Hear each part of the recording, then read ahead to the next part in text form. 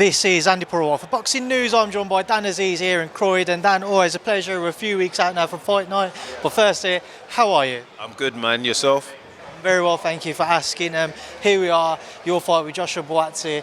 Friends turn foes of sorts. What's it like going through this camp, knowing that you've obviously got that past relationship and this friendship with Josh? I know you get to put it to one side, but what's that like preparing for a fight like this?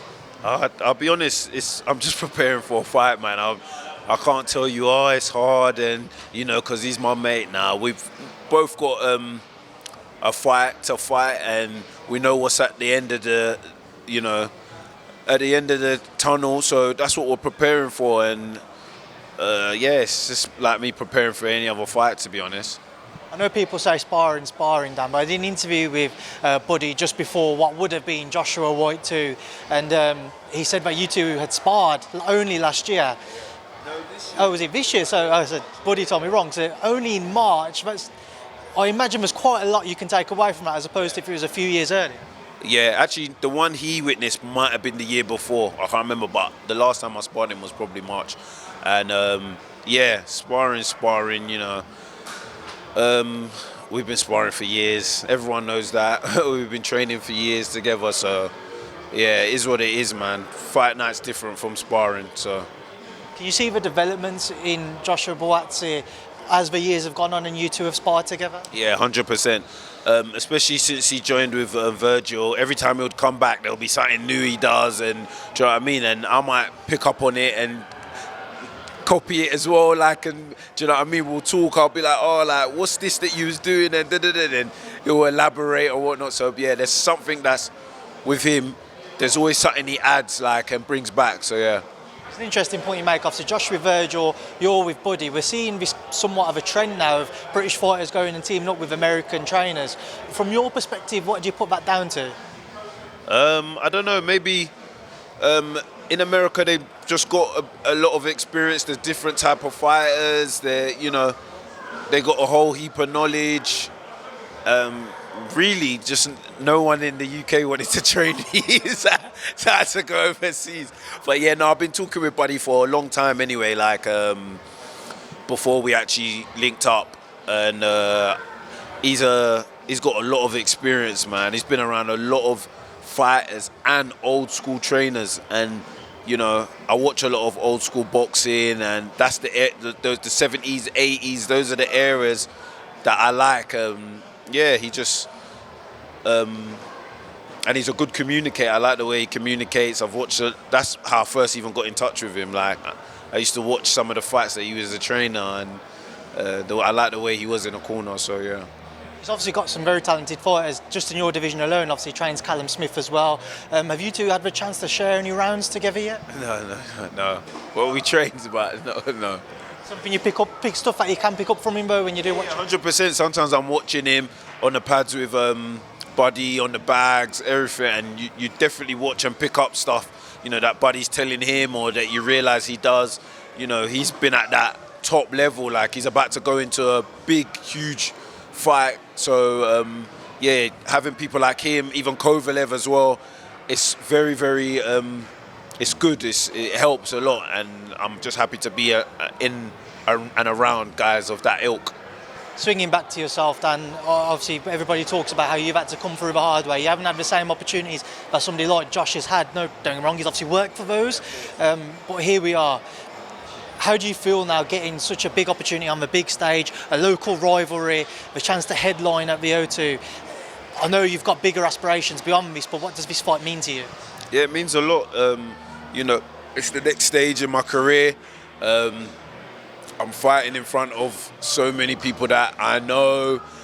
The O2's 10 minutes away from me. It's against someone I'm very familiar with, a mate. And it just solidifies my whole come up, to be honest. Do you know what I mean? I've come up step by step, title after title, and now this is just that next stage now to enter what I would say the elites. It's been a journey. The journey it's nowhere near ending, and this is just a pivotal point in my career that I need to get over. Going into this fight, Dan, obviously all of the momentum's with yourself in comparison to Josh. Josh hasn't been as active as you. You've obviously got a very good run of wins together, and people were critical of Josh's most recent performance. Do you see this as a 50-50 fight, or would you still like to be considered an underdog? I don't really care, man. As long as I win, I'll be honest with you. But even with the whole momentum thing, that's what's good for me. There's fighters out there that can box once a year and still, come out like they've been boxing every 6 weeks. For me, it's important for me to stay busy, stay active, because that's how I learn. I didn't have no crazy amateur background, so I'm not learning on a job, but every day I'm in that ring, it just adds to my experience. So it's very important I'm active. In the tough moments in your career, Dan, did you ever question if boxing would be for you? Did you ever question if these opportunities would come? Yeah, listen, the amateurs, my first ever fight, I say it all the time, I got knocked out in 30 seconds. That day I was like, I don't think boxing's for me. So, do you know what I mean? I've had so many losses, like even in the amateurs, and I always, I don't know if boxing's for me. But I just never give up. I'll be back in the gym next day. And look, I'm here now, headlining October 21st, live at the O2, Sky Sports.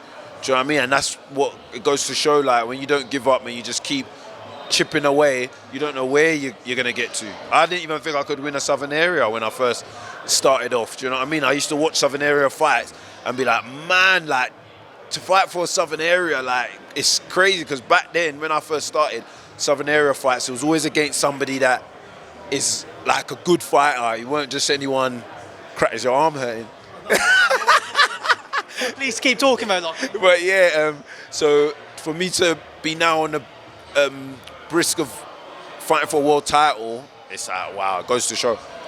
October 21st, Dan, you're stood opposite the ring from Joshua Buatsi, seconds out before that first bell. What goes down? What happens? We just collide, man. Just like our paths have collided, we're going to collide physically, mentally, spiritually, every way we're going to collide.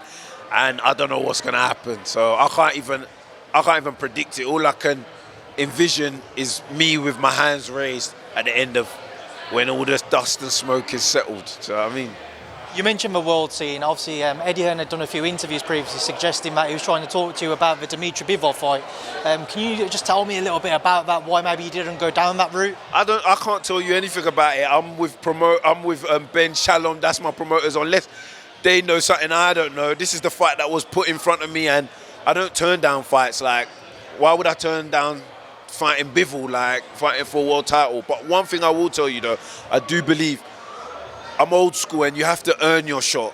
I'm not one of them guys that just because it's there, go for it. It's the money. No, I didn't get into boxing for money. I didn't get into boxing for fame or to be known or anything. I wanted to achieve stuff. Do you know what I mean?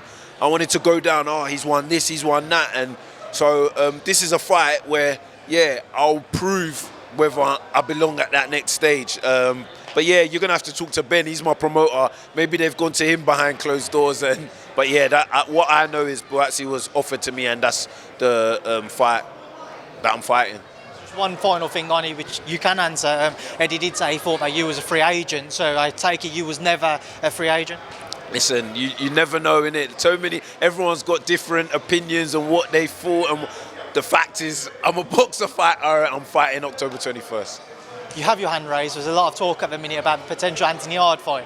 Anthony came across to your platform. He went on to Sky. He called out the winner of you versus Josh. What did you make of that? And is that the fight which interests you most next outside of maybe a world title? What I made of it is it's great. All the top light heavies in this country want to mix it up, which is fantastic. I've always said by the time my career ends, I want to fight all my peers. So I'd like to imagine he's one of my peers. But as of now, I've got JB to think of. Like, that's no easy feat to overcome. So I don't care about anyone after or what. It's just Buatsi that is on my mind and what I'm focused on. Just one thing I want to touch on, kind of the energy around this fight. Everybody loves a domestic dust-up. This week alone, we have Wood Warrington taking place up in Sheffield. Everybody's excited for that one. Do you feel the different energy in that sense, that it is a big domestic dust-up that everybody's excited for? Yeah, no, for sure. We're both at the top there, so we know how hard it is sometimes to make, 1 and 2 fight, or just the top guys fight each other. So a lot of people know me and Josh. he's just signed with Sky. You know, people have seen my trajectory, so they want to see like who is actually the best. Forget about who's the best in South London. Who's the best in the UK? Do you know what I'm saying? And I think this is definitely a fight that can answer that question. A lot of people to work through there, then, Dan. Yeah, no, for sure. But it is what it is. Everyone should be excited. We've got dancing partners. Imagine being in a weight division where there's not really no exciting fighters to fight. There's no one that's really like on your level or whatnot. It'll be crap, man. There's about 8 of us. So how many fights can we see? And everyone's different. So just because one person beats the other, it doesn't mean, you know, that person's going to lose to another person. Like, styles make fights, so, yeah. Reckon you drain yourself to 168 and fought Canelo? Do you know what? I'm a small light heavy, yeah, and I'm roundabouts already, like, near the fight weight. But I just think that would be just too much of an arts, man. Like, I remember when I first started my career, like, my managers and whatnot were like, try, like, go down to 168, man, you'll be a beast, but nah, I remember speaking to Barry McGuigan actually. He was like, "Listen, Dan, if you're good enough, if you're good enough, you're big enough. Don't worry about that. You're small." And I was like, "Yeah, you know what? That's why I love the old school mentality." I remember saying, "Oh, they think I'm too small." He said, "Nah, if you're good enough, you're big enough." I said, "Yeah, I like that." Do you know what I mean? So yeah. Dan, just a couple to quickly get your thoughts on. Obviously, we mentioned Callum Smith. He's getting ready for that Beterbiev fight in January. Just your thoughts on that. How does Callum go about defeating one of the hardest, heavy-handed hitters in the sport? Callum just has to be himself. From the last times I've seen of him, he seems very confident. There's this air of confidence about him, and I think he's going to definitely need that. I think it's a good fight between two massive punchers, and, you know, the fact we're trained by the same coach, I wish him all the best, and I hope he actually comes away with the win. It'll be great to have a unified light heavyweight champion in a country. Maybe he can give one to me or something. And just my final question, obviously there's a lot of talk about PEDs within boxing at the minute. We're seeing a lot of positive tests unfortunately return. Just wanted to ask if there's additional VADA testing or anything in place for your fight. Yeah, I think, VADA's in place for this. We've been getting tested, so yeah. Dan, I appreciate your time. Thanks for speaking to me. Good luck. Thank you so much.